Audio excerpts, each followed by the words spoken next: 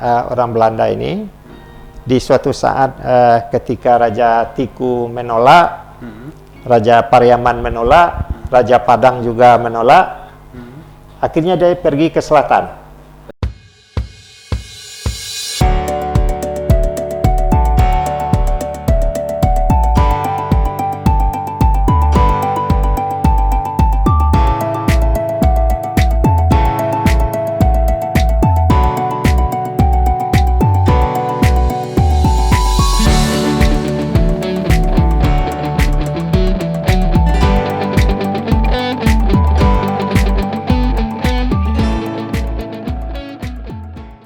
Kerabat Andalas TV, kawasan pantai barat Sumatera sejak zaman kuno selalu menarik perhatian bagi para pedagang dan para pengunjung dari luar.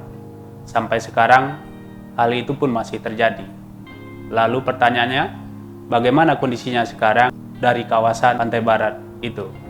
Saat ini kita akan mengupasnya bersama pakar sejarah dari Universitas Andalas, yaitu Dr. Muhammad Nur.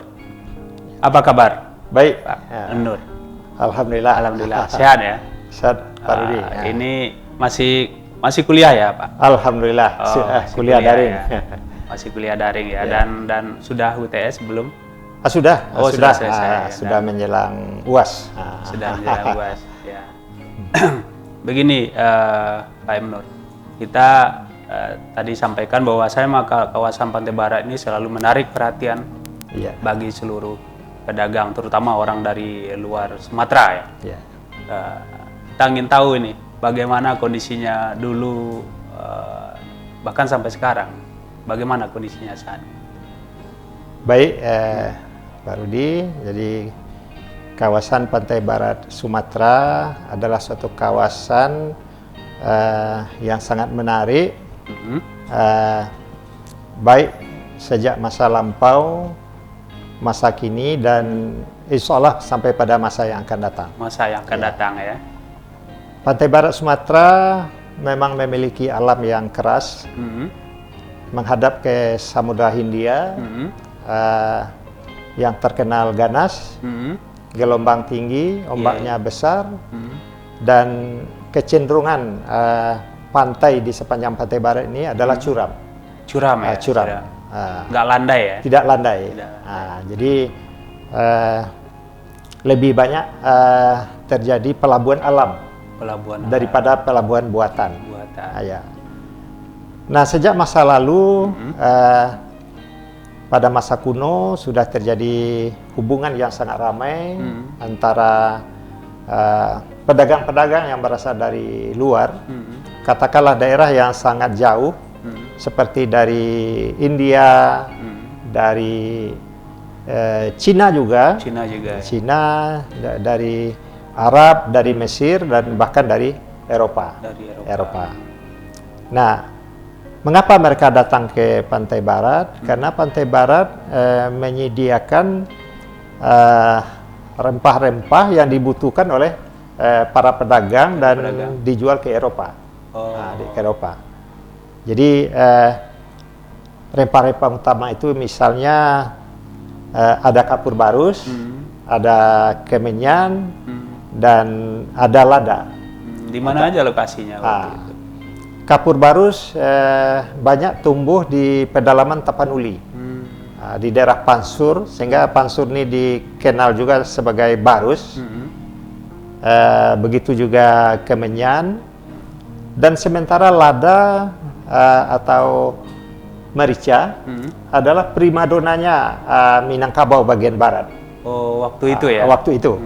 Jadi dengan 3 pelabuhan utama, yang pertama Koto Tengah, Koto Tengah di Padang, ada Pariaman, dan ada Tiku. Tapi perkebunan lada yang terbesar itu adalah di Tiku.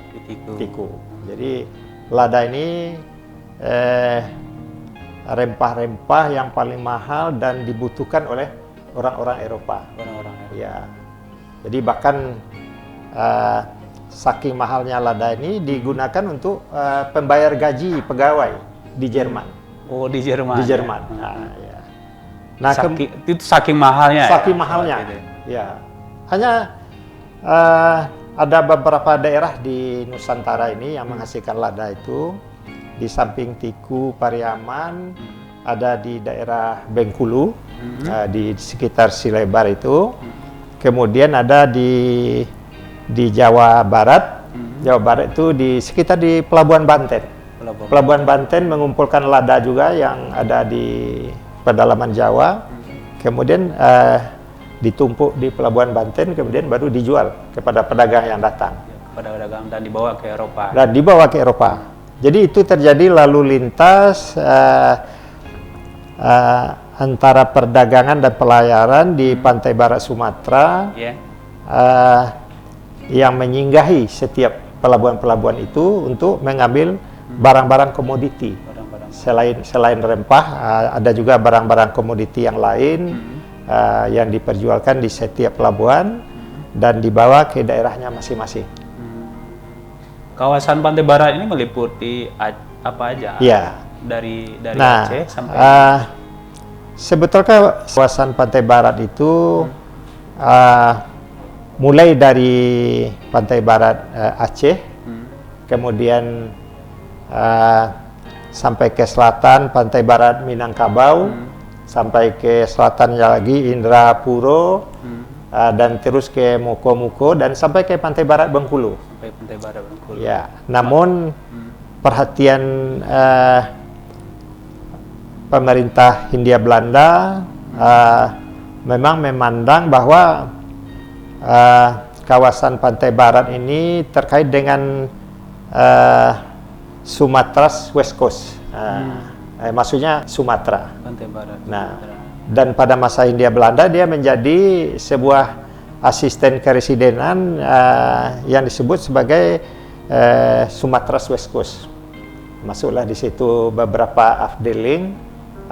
Afdeling itu masuk Tapanuli.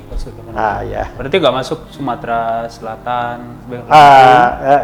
Zaman Hindia Belanda sudah berbeda. Sudah berbeda. Berbeda, ya. Tapi masih menjadi perhatian waktu itu ya? Masih menjadi perhatian dan memang Belanda sangat mati-matian untuk bisa masuk ke Minangkabau. Nah, Minangkabau, dan sebagaimana kita ketahui bahwa Minangkabau sudah kuat dalam sistem pemerintahan, tapi dalam sistem pemerintahan nagari. Nagari. Dan biasanya setiap nagari itu dipimpin oleh seorang penghulu. Nah, itulah sebabnya maka di Minangkabau dikenal dengan Nagari Bapenghulu. Nagari Bapenghulu. Bahkan orang Eropa sering juga bilang negara yang paling banyak itu di Minangkabau. Negara Minangkabau, ya. Karena masing-masing punya kepala negara. Punya kepala negara. Dan kondisi semacam itu yang membuat agak sulit bagi Belanda. Sudah dimulai pada masa POC itu kan. POC. Sebagaimana kita ketahui bahwa POC ini adalah semacam perusahaan dagang Belanda, tapi diberi hak oktroy, hak istimewa oleh Belanda untuk membuat perjanjian-perjanjian dimanapun dia berada dan diakui oleh negara. Nah, salah satu kesulitan Belanda ini adalah membuat perjanjian dengan orang Minang. Oh, begitu? Tidak ada orang Minang yang bersedia membuat perjanjian dengan Belanda. Kenapa waktu itu? Kenapa? Yang pertama mungkin dalam berbagai perspektif bahwa orang Minang ketika pada abad ke-16, 17 sudah memeluk agama Islam yang kuat, memiliki adat yang kuat, dan istilah adat Basandi Sarak Basandi Kitabullah itu memang sudah kuat di Minangkabau, dan orang asing yang datang itu akan dianggap sebagai orang kafir. Orang kafir. Jadi agak susah membuat perjanjian dengan orang kafir. Ya. Makanya pantai barat ini yang terdiri dari beberapa pelabuhan tadi. Pelabuhan itu disebut juga dengan kata lain nagari. Ada nagari Pariaman, ada nagari Padang, ada nagari Tiku, ada nagari Air Bangis, dan lain-lain. Jadi setiap penguasa pelabuhan itu adalah raja nagari, Kerajaan negeri. atau disebut juga sebagai raja kecil. Raja kecil. Nah, setiap raja kecil dia berkecimpung juga dalam perdagangan. Nah, setiap orang yang merapat di pelabuhan tentu saja akan membuka hubungan dengan raja kecil. Iya, iya, iya. Nah, jadi satu-satunya kawasan di Nusantara yang sulit bagi POC untuk masuk adalah di kawasan Minangkabau, Juga sama. pesisir barat Sumatera. Berbeda dengan Bengkulu, Berbeda dengan Bengkulu, masuk Sumatera kan, Utara ya. Sumatera Utara. Aceh kan daerah yang sulit juga dimasuki waktu itu. Aceh juga karena sistem kerajaan Aceh ini sudah dibangun mulai dari abad ke-13. Jadi kerajaan Aceh yang pada abad ke-16-17 itu sudah sangat kuat, sudah tidak memungkinkan sama sekali bagi POC untuk masuk di Aceh. Jadi di Minangkabau karena sistem raja-raja kecil tadi juga sangat sulit, tetapi memang akarnya banyak orang Belanda ini. Di suatu saat ketika Raja Tiku menolak, Raja Pariaman menolak, Raja Padang juga menolak, akhirnya dia pergi ke selatan. Pergi ke selatan. Di selatan bertemulah dengan Raja Painan. Raja Painan dengan tipu daya yang baik sehingga Raja Painan ini tergiur. Makanya terjadilah perjanjian Painan atau Traktat Painan. Traktat Painan. Itu Traktat Painan ini tahun 1663. 16. Dan itu hanya boleh menduduki Pulau Cingkua. Satu pulau aja. Satu pulau saja.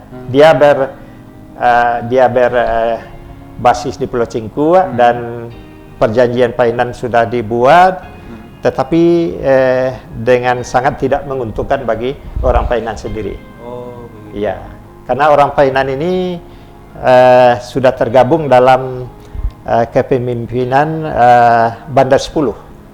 Bandar 10 itu termasuk juga Indrapuro, termasuk juga Raja Salido, Raja Batang Kapas dan sebagainya. Ya. Nah, itu pada zaman POC. Selain rempah, apa yang paling menarik bagi mereka tuh? Nah, selain rempah, memang Pantai Barat Sumatera pernah terkenal sebagai penghasil garam. Penghasil garam. Tetapi tidak berkembang karena penghasil garam ini diproduksi secara tradisional dengan cara mengeringkan air laut sehingga kristal-kristal garamnya terkumpul dan memakan waktu yang lama. Makanya pada zaman Hindia Belanda kawasan pesisir barat Sumatera ini didatangkan garam yang berasal dari Pulau Madura. Ya. Pada zaman Hindia Belanda itu masih rempah juga? Masih. Pada zaman Hindia Belanda, rempah masih menjadi primadona, malah menjadi andalan utama bagi pemerintah Hindia Belanda. Dan ditambah dengan usaha perkebunan. Makanya Belanda mulai menerapkan sistem perkebunan kopi di Minangkabau dan Sumatera Barat sudah ditanam kopi semuanya. Ya. Waktu itu ya? Ya, waktu itu. Jadi ini pada zaman Hindia Belanda. Sampai zaman kemerdekaan? Sampai zaman kemerdekaan. Masih kopi atau ada juga tebu atau apa? Tebu ada, tapi secara apa? Yang dikelola oleh rakyat. Tidak terlalu berarti untuk usaha perdagangan internasional. Ya. Ya. Yang paling berarti itu kopi. Kopi. Ya, kopi. Orang Minang juga pernah terkenal dengan kopi kawa, ya. Kopi kawa, ya. Hanya daunnya hasil yang diminum. Peninggalannya Iya. Belanda waktu itu. Daunnya yang diminum, buahnya dimakan Belanda. Iya. Waktu itu, itu kan sudah masuk ini orang-orang dari luar untuk berdagang, untuk mendapatkan hasil dari Sumatera. Gitu kan.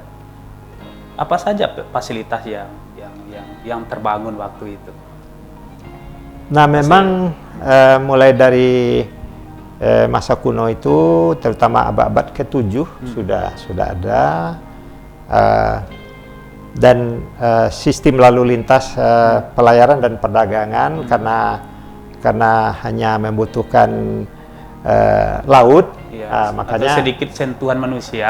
Ya, sedikit sentuhan manusia, sehingga pelabuhan yang disinggah ini kebanyakan adalah pelabuhan alam. Pelabuhan alam. Jadi belum ada pelabuhan yang dibuat secara modern, kecuali pelabuhan Teluk Bayur itu baru dibangun oleh Belanda pada akhir abad ke-19. Itu baru yang pertama dibangun di pantai barat Sumatera, yang namanya waktu itu Emahapen. Jadi yang menjadi Teluk Bayur sekarang. Nah, selain itu tidak ada pelabuhan Sibolga juga cukup besar. Pelabuhan Sibolga ini karena di sana memang pusatnya Gambir, pusat Kemenyan dan juga Kapur Barus banyak di sana. Ya, karena Kapur Barus tadi adalah bagian dari kawasan keresidenan Sibolga. Nah, Sibolga ini pada masa Hindia Belanda menjadi sebuah kawasan afdeling,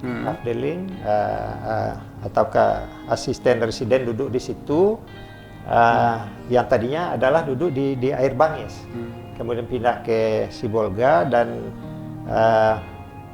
pemindahan pemerintahan ini yang menyebabkan Sibolga menjadi sangat ramai, karena dia dilindungi oleh pulau-pulau yang ada di depannya, ada Pulau Poncan, dan semua pedagang masuk ke sana, juga pedagang-pedagang dari Pariaman, dari Padang datang ke Sibolga. Kita tahu seorang tokoh pedagang, mulai dari usaha nol sampai menjadi konglomerat lah, dalam istilah sekarang kan, ada namanya Muhammad Saleh. Muhammad Saleh. Jadi mulai dari penjajah. Yang kayu basah juga itu. Orang kaya besar. Diterjemahkan oleh penulisnya orang kaya besar. Sebetulnya orang kaya basah. Iya. Nggak jelas juga cara nulisnya. Jadi diterjemahkan oleh Al-Latif, kalau tidak salah, di Bogor, diterjemahkan menjadi orang kaya besar. Nah, sebetulnya Muhammad Saleh ini adalah seorang anak kecil penjajah gorengan, penjajah rakit maco, kemudian berhasil membeli barang-barang komoditi dari daerah Payakumbuh, pedalaman, kemudian menjualnya dan ikut berlayar ke Tiku, berlayar ke Air Bangis, berlayar ke Sibolga, dan sampai ke Barus. Dan akhirnya Muhammad Saleh ini memiliki 14 buah kapal. Jadi menjadi konglomerat kalau sudah sekarang. Saat itu. Ya, tapi istilah ini belum berkembang saat itu. Jadi dunia maritim pantai barat Sumatera memang penuh dinamika, mulai dari dunia perdagangan, dunia pelayaran, kemudian adanya pengembangan pada masa pemerintahan Orde Baru, sudah dikembangkan menjadi kawasan perikanan, dan di setiap pelabuhan-pelabuhan tadi sudah dibangun sebuah TPI, tempat pelelangan ikan. Tapi kemudian TPI ini juga banyak yang mati karena tidak aktifnya nelayan di situ. Dan pada masa yang paling kontemporer, memang kawasan ini sudah mulai dilirik oleh investor-investor asing. Sebelum kita masuk ke situ, kerabat kita rehat sejenak.